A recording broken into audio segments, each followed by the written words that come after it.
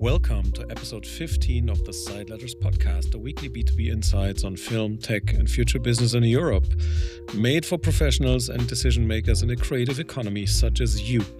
The Side Letters is a conversation between us, three European producers, and our guests exploring what's going on in the markets, and we share our individual perspectives on that. It's May 13, and as this year's Cannes Festival has launched yesterday, it's all about what's going on in the south of France these days. And in this episode, we put a focus on the future of film, which is represented by the young generation. We sat down with Thibaut Bracq, head of La Fabrique Cinema, a program created by the Institut Français in partnership with France Médias Monde and the Organisation Internationale de la Francophonie, to promote the emergence of young filmmakers from developing and emerging countries on the international market. La Fabrique has become a key platform for discovering and supporting new voices in world cinema, connecting emerging filmmakers with international industry professionals. Plus, Joanna caught some statements by students from Lodz Film School who will be in Cannes for the first time. Pretty insightful to hearing about their perspectives. But first of all, some quick news. More than 5,000 European cinema professionals, including big names such as Juliette Binoche, Sandra Hüller, Academy Award winner Joachim Trier, have signed an open letter titled "Europe Needs Cinema, Cinema Needs Europe." They're calling on the EU to future-proof the media program, which is a 35-year-old funding initiative that's been vital to European film production. The letter warns about a controversial new mega program called Agora EU that could merge media's funding with other sectors, risking the independence and resources that have supported emerging filmmakers across the continent and, of course, the entire industry. You can read it for yourself. We link it to our show notes, and there's a lot of reports on that also in the trades such as Deadline or Screen. And yes, all of this matters for the creative industries in Europe, and that's why we strongly support this cause. I'm Fabian Massa, producer working in Berlin and Hamburg, and before we move to the conversation that Jennifer and I had with Thibaut, I will hand over to Joanna, speaking with the students at Lodz Film School. Okay, so we are almost live in Lodz Film School, and I'm talking to a new generation of talents, new filmmakers who will be going to Cannes this year, students of Lodz Film School. And let's hear their perspective and let's see how they find and see festival and what they expect from Cannes this year. Okay, so hello, my name is Ola Nowakowska and I'm a student of film production.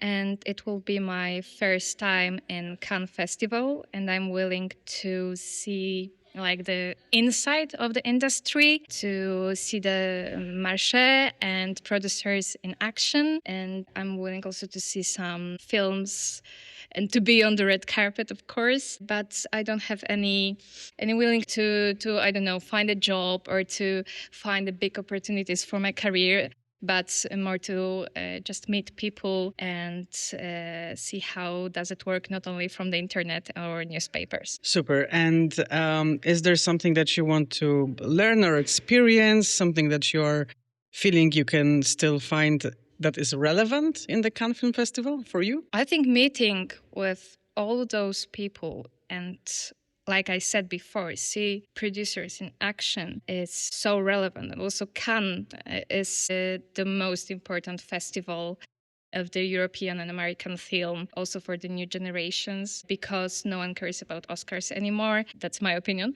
And also Venice or Berlin is great, but not so spectacular. But everyone wants to have their film in Cannes. So it's still very, very important. And I want to see how it really looks like. Is it posh or is it chill? If I can talk to anyone or only other students. So, yeah. And Ola, if somebody wants to meet you, where they can find you during Cannes? Definitely, I will be in the Polish Institute Pavilion because we have meeting with our students from our school on the Saturday. So I'm encourage everyone to join us and to have a talk. Also on the screenings and the marché, because I really want to see this marché. We were taught about it many times, so I want to experience it. Fantastic. So good luck at your first Cannes. Enjoy the market and good luck with the red carpet as well. Thank you. Thank you. All right. So we have another Cannes newbie. Tell us who you are, what do you study, and what do you expect from Cannes Festival this year? So my name is Marta Witkowska. I study film production at the Lodz Film School in Poland. And I'm going to Cannes for the first time, but I've been to some other festivals, mainly here in Poland, Nowe Horyzonty, but also I've been to Venice last year. So I feel like I know a little bit of what to expect, but obviously Cannes is the biggest. And at this point, I'm a bit overwhelmed by the scale of it. But the main reason I want to go is honestly just as a film fan, because the reason why I started, studying what I study right now is because I just love films, and Cannes is still, I think, well, it is the most important festival, and it is definitely the most prestigious one. So I really just want to see how it looks and experience it. But also, since I've been studying here, and the more I learn about the market part of it, the more interested I am in that as well. Because it's just, I think it's so difficult to like imagine it before you go there. I'm really. I just don't know what to expect, so I'm really curious. Super. But do you have a project in mind that you want to bring to the market, or you maybe just want to look around and see how it works? No, I think I want to look around more. I'm not at the stage where I have my own project yet. It's my first time, so I just want to see, I just want to experience it. I want to see some films, but also maybe meet some people more kind of like career-wise rather than with like my own project. And if somebody wants to meet you while they are in Cannes, where they can find you? At the Polish pavilion, we'll have our own event as well, happy hour with Lodz Film School. I think it's on Saturday. So yeah, please come. So we invite everyone who wants to meet new talent from Poland to join us at Łódź Film School Cocktail. It's on Saturday. Thank you, Marta. Enjoy the festival. Thank you. Okay, so again, almost live from Łódź Film School, talking to the new generation of filmmakers going to the festival. And now we talk to Julia. It's not your first Cannes, is it? No, it's my third time. It will be my third time in Cannes. We organized this trip with students 2 years ago because Gerard Dushasoy, which is the head of Cannes Classic section, he asked if we would like to participate in this festival.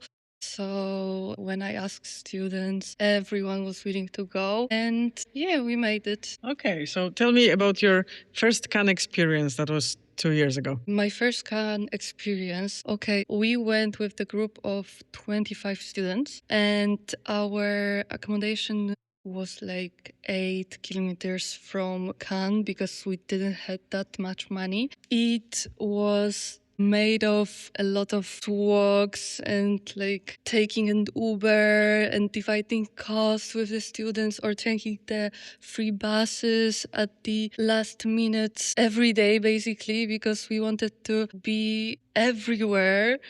Yeah, and actually I got into the opening ceremony. It was like crazy because we were refreshing the page and I just clicked on this button and it turned green. So I was like, oh my God, wait, guys.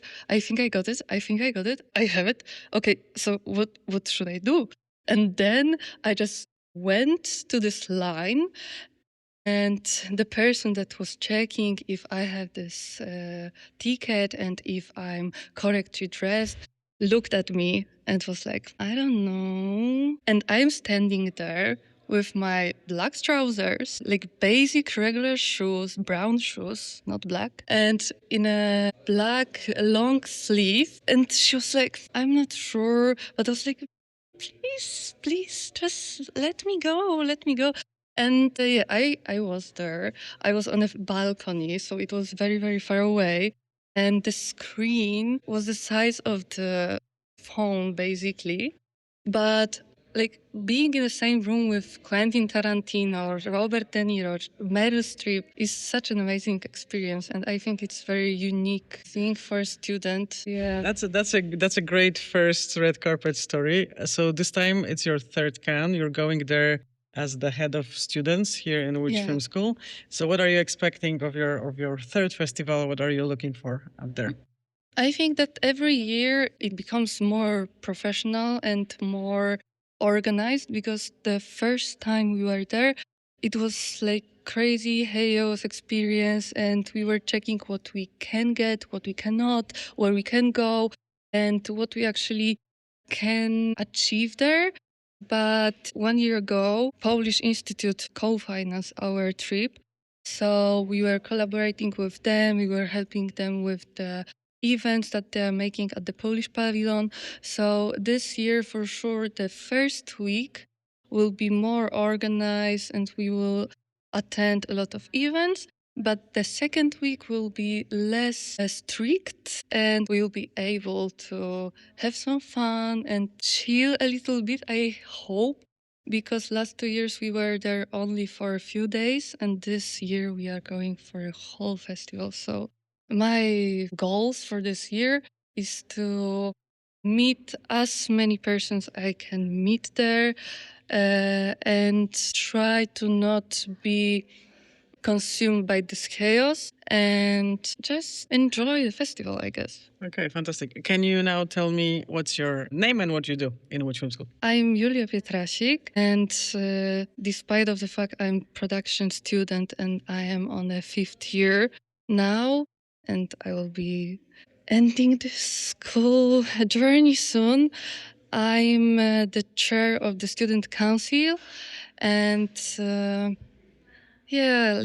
I'm doing film schools as a production manager, or I was working as a coordinator. So I think I made a lot in the school, and it's very sad that it will end soon. But So if somebody wants to meet you who is looking for Polish co-producers or Polish production managers, where they can find you during the markets at the festival? for sure, I will be in Polish pavilion or just enjoying the festival, going to premieres, I hope. And maybe I will get into the opening ceremony once again. If whoever would like to contact me or meet me, you find me on Instagram or just ask in a Polish pavilion, and for sure I will be there. Thank you, Lila. Enjoy the festival and Thank you good very luck with your much. graduation. Thank you. Thibaut, we're very happy to welcome you. Thank you so much for joining us before the event starts. You work as a film programmer for Angers Premier Plan, Poitiers Film Festival, Ulaanbaatar, Ciné Baltic, and you have managed various industry workshop and co-production markets such as Paris Project, Atelier d'Angers, Open Doors in Locarno, and the Atlas Workshop in Marrakesh International Film Festival. You seem to have a very strong taste for world cinema, and La Fabrique looks like a perfect fit for you. Thank you, first of all, for inviting me to this podcast, Jennifer and Fabian. I'm very happy. Yes, I've always had a lot of, let's say, taste, at least interest in worldwide cinema. I would say mostly with emerging filmmakers and producers. It didn't only come by chance, but I think it's part of the process as I have been involved in Angers Film Festival and then with Paris Project Co-Production Platform people. And I had some interest in emerging filmmakers and producers, because I really always felt that they tell stories with their guts and with a strong, intimate and political approach. So, of course, I'm also interested in more established filmmakers and producers, but there is something in these first features, second features that I really felt attracted to during my whole career until now, and it's still going on. So yes, I'm really into it. And can you tell us what La Fabrique is and how it is organized? Within what framework is this unique program developed, and what does the program offer to participants and industry professionals? Yes, it offers quite a lot of things, I would say. First of all, it's dedicated to first-time and second-time filmmakers. And I would say producers in the beginning of their career or in the middle of their career, because we are selecting 10 projects, all represented by one director and one producer. So we are selecting them as a team and we are working with them to try to position their projects in the best way it can, to try to create a kind of, I would say, safe space, protect the projects a little bit from the market, but at the same time exposing the projects at the market. So it's very contradictory. But that in one sense is really to try to help them to get the best experience in Cannes, because we all know that it can be quite tough sometimes for producers and filmmakers. So creating that space is really to defend and present to the industry some very bold and particular projects that do not really sometimes fulfill the so-called market expectations, sometimes have some fragilities, but then really to try to find them the right partners and co-producers so that we have the occasion to meet like some mentors. And you were one of these mentors, Jennifer. We work on the strategic positioning for co-production, but also for pitching and presenting the projects, for sales and festivals. And they have a patron. They meet like someone who guide them throughout the process. They also have like one-to-one meetings during a co-production market event. And they are meeting all the key experts and professionals from the industry, funds, festival programmers, any person that can advise them through the long process that developing a first feature is. So yes, it's a long answer, but we are ready to create these opportunities with some online workshops before, and then during the event with the 8-9 days, very packed workshop where we are like crossing and opening all the windows, I would say, for them to meet the right people in Cannes. I hope it saves for them a few years of networking because they will meet like really interesting and important people there. Thanks, Thibaut, for coming here, and also welcome from my side. Great to having you. Question from my side is, since when you speak about first-time filmmakers or second-time filmmakers, you're referring to the writers, directors, right? So would it be possible also for more experienced producer to apply with a project with a first or second-time director? Or does the producer also have to be in the beginning of the career? That's a good question. It's a discussion we have, and we are discussing a lot this aspect, during the autumn with the selection committee. And it depends, most of the time we tend to select producers who have already produced 1 or 2 features, for instance, or sometimes only 1 and a few shorts. So I would say that they are more at the beginning of their career, but already connected a bit and have already a sense of what the industry is. But sometimes we also select more established producers because they are coming to us with a new filmmaker that they really want to position in the best way in the market and in Cannes. And they also feel the need at some point in their career to be connected again or to go through these programs. For instance, last year we had like May Ode. She's more established as a producer already, a Palestinian producer based in Germany. But she did the program, and it was great also to have her because, of course, she told us that she learned a lot still in the process because we all learned a lot throughout all our career. But at the same time, she also was like a locomotive for us. And she was also the one, like, in a way, helping, also sharing her experience with other producers. And we know that sometimes this kind of profile, they are also happy to be in the program because they can also like mingle with new potential co-producers in the world, So it's interesting in that sense. So mostly, let's say, emerging or producers, at the beginning, middle of their career, but sometimes we do also some exceptions. And in terms of the type of project, because you mentioned politics, and we understand that La Fabrique is really an open window to the world because you select projects from all the continents, if I'm right. How does the industry professional react? At the Side Laters, we have been discussing a lot political films and also the state of independent cinema, and I have the feeling that there's still a lot of interest for it. I also have this feeling. It's very strange, because we are always discussing how cinema, the film production and the film distribution is in crisis, which is true because there is less and less, sometimes public funding, or it's become super competitive because there are also many production companies and many directors, but it's also because it's super lively and there are many stories in the world to address to the world, and there are many filmmakers and many new production companies. I would say that it's it's always very competitive, but I would say that, for instance, we are also having these discussions when we are selecting the projects.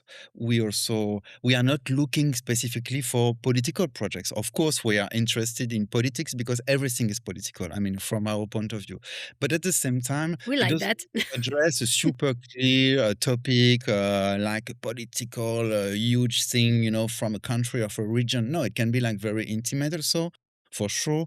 And we also try to select projects because we really believe in the directors and producers, and also stories that do not, like eat each other. When we are selecting 10 projects, we also try to leave each one the right space to exist. To the question, is the industry interested in this kind of projects? I would say more than ever. It's very, very crazy because every year we are questioning ourselves, will we succeed in getting the big sales company, at least the one working with art house cinema and independent cinema, to come to the event, to attend the event for the one-to-ones? All the interesting producers from France, for instance, that are doing this for years.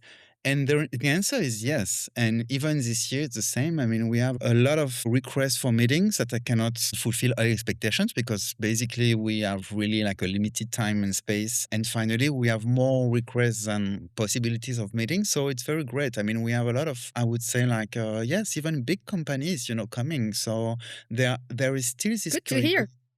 Yeah, I think there is this curiosity. It doesn't mean that they're going to be maybe like involved, but at least they want to meet filmmakers. They want to meet the new producers. So there is this interest. But of course, then it's also become more difficult also even for us because for sure, like Cannes is expensive. Our business is very expensive. So people tend to stay only 2-3 days. So for sure, if they say yes and they come and to meet one project or two projects, it's because they are interested. They don't do it because we are friends, for instance. They don't say, of course they believe our work. They say, okay, you have a label, so for sure we think that we are going to, meet interesting projects. And this year we also had like great news because a few ex-alumni were selected in Un Certain Regard and Direct Nights. Congratulations. It's also a great thing, and it's something that we can put also in front of the market and the people saying, okay, we did that in the previous years. Maybe you didn't believe in this project before, but you can see they are in Un Certain Regard. So it doesn't mean that they are going to be like huge success in terms of distribution or in terms of, but still these films exist. They are selected in Cannes, they have a focus in Cannes, and they have been through our program. They have been selected through, and they have been supported through our program. So it's also something we are addressing to the partners financing the program, but also to the industry, because for sure we also need to keep on going. Because we all know that for sure there is an interest, but we know our festivals and our industry programs are super fragile. And I never take it for granted that it will still exist in 10 years, even though it exists for already a long time and we had some good success. So it's great. We are taking a lot of risk always, but at the same time, we also need to work on our own narrative and just showing that and proving that the existence of these industry programs are relevant and important, to still get financed. But your full calendar speaks volumes, right? I mean, if you have a full calendar for the one-to-one meetings, you see that is really relevant for both sides of the industry. Young filmmakers who are emerging and coming from all the parts of the world, and the industry who wants to meet them. And can you give us a little orientation? So let's say I would have a project that I would apply with. So I understand that you select around 10 projects, right, every year. And so what would be the criteria for me, and against how many would I be competing, just to get an idea how many applications you get, if you can reveal that? And on the other hand, if I'm a more experienced producer and maybe I don't want to apply with a project, but I want to go there and have the one-to-one meetings, how do you select your industry base, so to say, of people who you invite to come for the meetings? Yes, so there are two questions. The first one is about the criteria of the selection. I mean, always difficult to answer that question, but for sure, it's exactly when you are the film professional, Jennifer, or you are assessing projects sometime when you're in selection committees or when you're in funds, sometimes, you're the one sending the applications to the funds, but sometimes you also can be the one assessing the applications for some of the programs. We need to find a full consistency between all the documents we receive, for sure. Having the right treatment with the right draft of the script, with a great note of intentions for directors and producers, with potentially interesting preview shots, with, all the budget informations really in place, a clear strategy, all these kind of elements for sure needs to be consistent. And then for sure it's going to be about what the film is about, project is about, who is the director, who is the producer. And if everything gets aligned in a positive way and we feel also that we can help them, because sometimes the projects are very good, but they have been selected to many other platforms, or we feel that we are not the right people because they already have all the co-producers in place and we are not going to work only specifically on sales with them because maybe with that project it's not going to work, So we put all these things together and then we have some criteria that are like the gender criteria. We strict on that. We want like at least the same number of women and men, and if possible the same number of women filmmaker and men filmmaker. And then we also tend to have a geographical criteria, meaning that at least we try to have at least one project from one region. This year we have a bit less of Asian project, but still we wanted to have one, I mean, we are open to many countries, so we cannot only select like Brazilian, 3 Brazilian projects every year. It wouldn't make sense. So there is this criteria. So if you're not selected, it doesn't mean that the project is not good. Sometimes projects are super good, but we couldn't find the way to know how to help you really. You didn't come at the right moment, or you also had other opportunities, so we wanted to help other people. And also sometimes it's just a question of, sensitivity. So it's difficult to explain precisely, but of course we really try to commit with a strong topic and project and to understand who is the director behind and who is the producer. So if you take the time to write like really personal note of intentions sometimes. I don't know, share something about yourself or so, not only about your life. We don't care about that for sure. It depends, but about why you're committed in that project, why you're committed with that director. I mean, feeling that sometimes it helps a lot, So this is about the first question. It's the selection is done 10 projects out of 150, which is not a lot compared to many other programs, because there is a limited number of projects we accept for submissions to be sure that we spend enough time and really reading the scripts. This is also very particular because I'm not sure all the industry programs do that, but we really spend time on this. So is it a first come first serve thing? It's mostly the case, but we also tend to prospect and trust to advise people saying, okay, you should apply if not the case. But this is the idea, but first come, first serve, but it's like 150 limited projects, but projects with all the documents in place and all, projects that are eligible. And for the last question, very rapidly, I think it's how I choose the potential partners is because we work together on the strategy before with some mentors such as Jennifer or also with us. And we really try to design and to exactly know what they are looking for, what are the needs, which person from which country, which kind of co-producer, which kind of sales. And then people can contact us through the website and I receive the request. And then I also contact some companies. And then, of course, they are the one choosing. Sometimes I also suggest a few meetings, But yes, I try to do this matchmaking between the people, the participants' wishes and the people attending.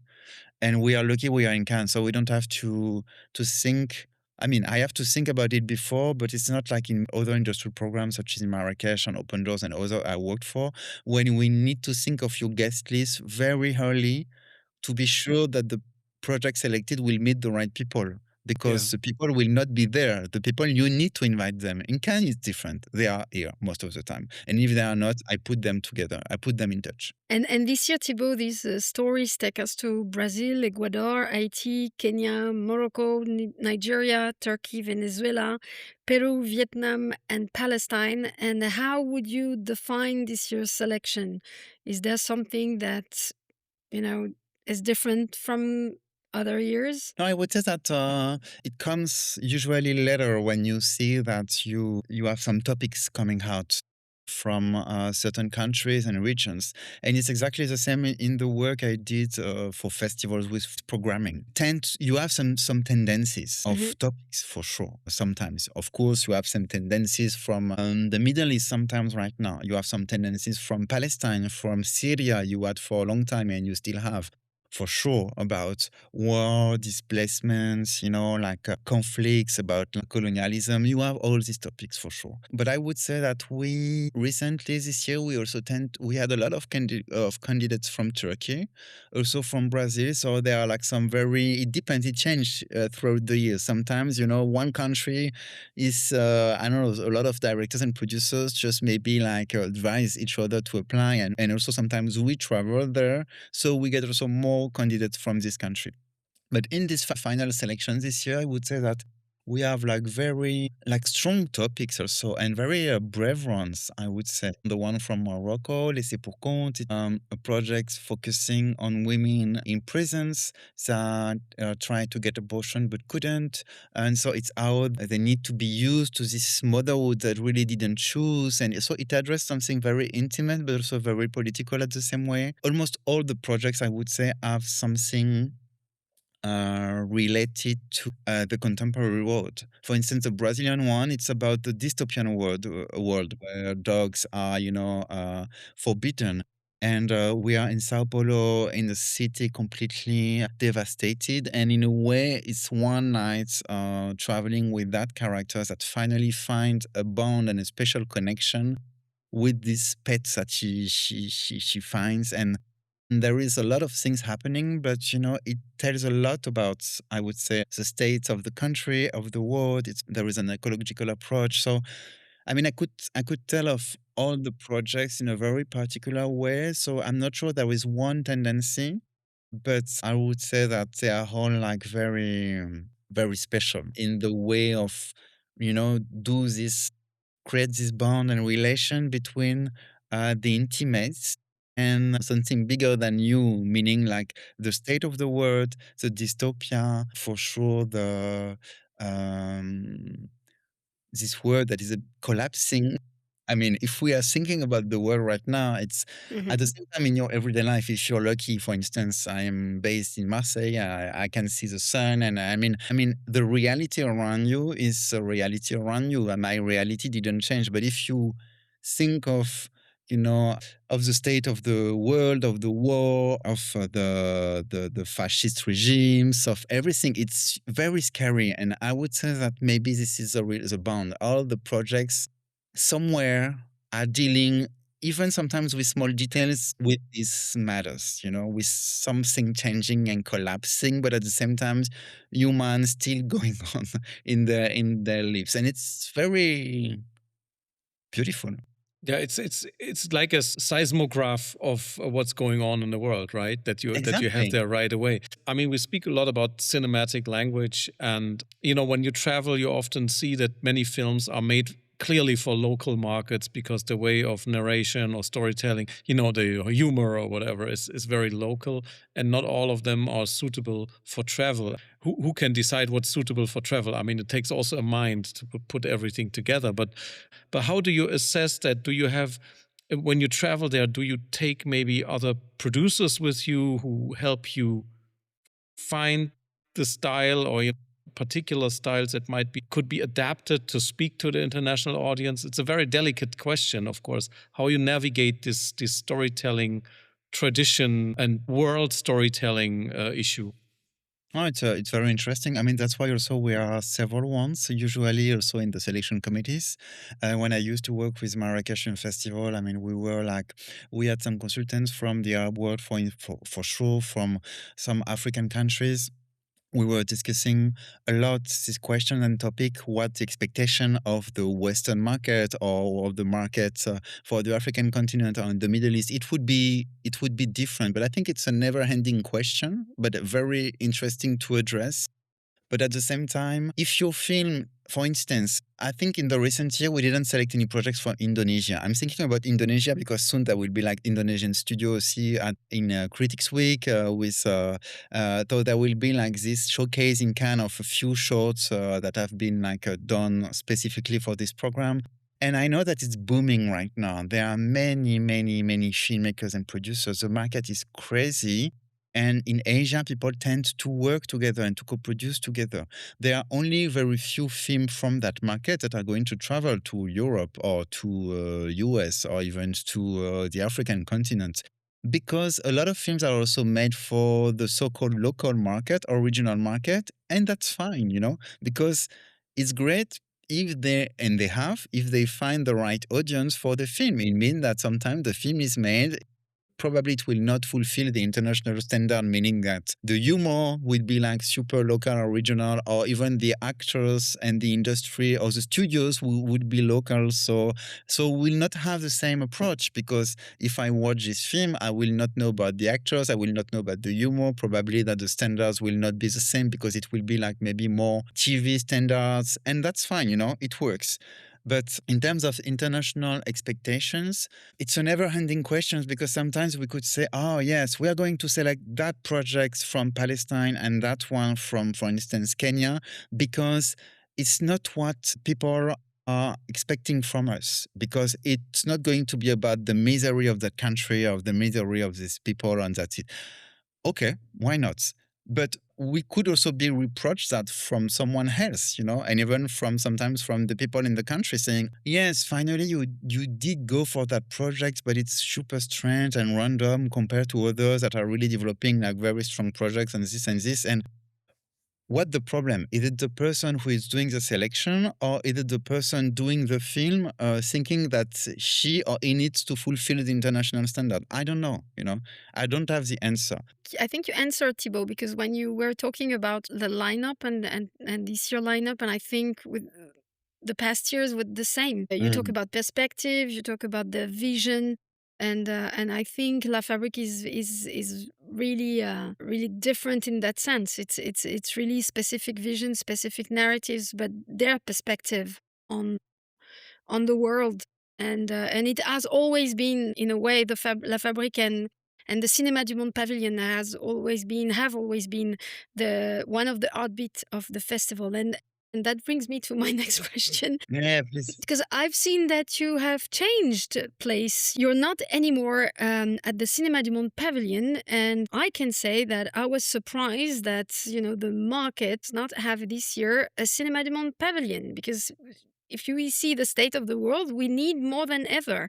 But you're still in the Croisette. We are still, yes. There are many ways of answering that question. But I'm working as a freelance, so I'm not in the institution, so I can answer, I mean, of course. You're not obliged to answer. I mean, it was my take on that. No, it's true. I completely agree with you. And so I think there are like several things in it. It's because, of course, Cannes market is very, in a way, it's also quite expensive. So, and we know that everyone is facing budget cuts from public money. So we had to adapt and we had to find some solutions. But which is great is that we have a new space which is completely aligned with what our lineup is, meaning first feature and second feature, and we are sharing a space on the Critics Week Beach that will be our own space.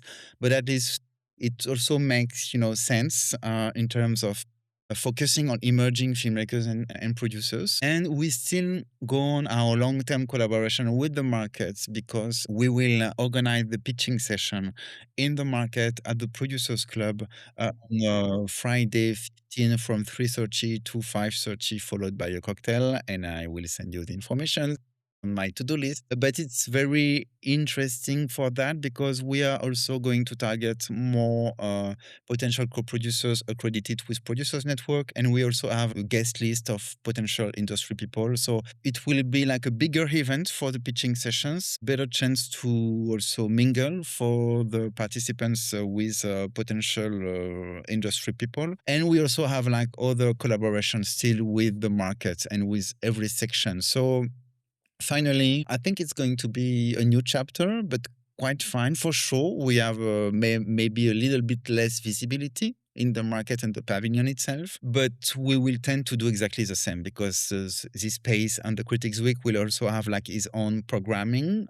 It will be the place for La Fabrique Cinema program, but also his own programming from the French Institute that is organizing his own panel discussions and everything. Yes, and just to go back for 2 minutes on the previous thing, because I was thinking, I'm taking again the example of this Moroccan projects because when we did the selection, I have one friend from Morocco that said, okay, the project is interesting, but is it not what we expect from Morocco? Meaning, oh, this problem with the women having difficulty to have abortion, etc. And I was like, I'm not sure that the director would take all these risks to make this film, or will tend to take all this time just something that she would just create for the international audience, saying that, oh, I'm doing this film because it's going to be great and it's going to be selected in Cannes. No, I don't think you take this risk making this film in your own country if you don't feel completely, obsessed with the topic, or if you're not interested in these characters. And I know that now, that because we work together, that she wants to make this film to talk about these women that she has met, and she did some research in jail. So finally, that was very interesting because this comment came from someone from Morocco on international, expectations. But if you just think back at the starting point and think of the director, what the commitment for her or for any filmmaker to make a film in his country, it's not just for fun, or to make a film to get in Cannes. No, because if you do this, you will never address certain topics that put you sometimes in a delicate position. And do you feel in that respect that the industry is making progress in supporting these voices? What we often call, Morocco is not really an underrepresented industry. No. But do you think the industry is making tangible progress on that, on representing those voices? I don't know. I'm not sure. I would say in an optimistic day, I would say yes, for sure, because we are existing. I know that you're also working with a change program, for instance. We all try to fight in our small spaces to have more diversity to support the so-called low capacity countries or countries where filmmakers are at risk, But there are some spaces. I think it's not enough. I think it could be always more, and it should be more, but still it exists. There is La Fabrique, for instance. I tend also sometimes to try to work with Caméra Libre, residency program in the selection process that support filmmakers at risk. So there are some spaces. Producers and directors should know about these spaces, but unfortunately they are also very competitive because we lack having more involvement from the industry. I don't think that all big companies, big sales or big producers or some public funds, even if in Western countries, are very interested in investing more on these, I would say, underrepresented countries. But because they are in all sections. If we look at Cannes, if we look at Berlin, their film end up in a festival and prestigious section. So that's why it's, we need to support it. But it's the top of the net, I would say. But the market wants it, and also the let's say the normal audience is curious to see films from other countries. Look at Korean films, 20 years ago, nobody except for the cineast, but nobody was really thinking about it in the mainstream market. But now they're there. So what you do and you and your team is really great. It's an effort, to be taken, because this is really the spice of the industry. To bring the young filmmakers from everywhere into the international markets in times like now where, institutions feel more economic pressure or already have it. And the thing that they tend to cut first, of course, is these kind of programs. But without these programs, the industry is basically nothing. It's a small part, but it's super essential. And big kudos to you and your team to keep pushing this. Thank you. But I think it's also the role of festivals also in a way to support these filmmakers and producers, because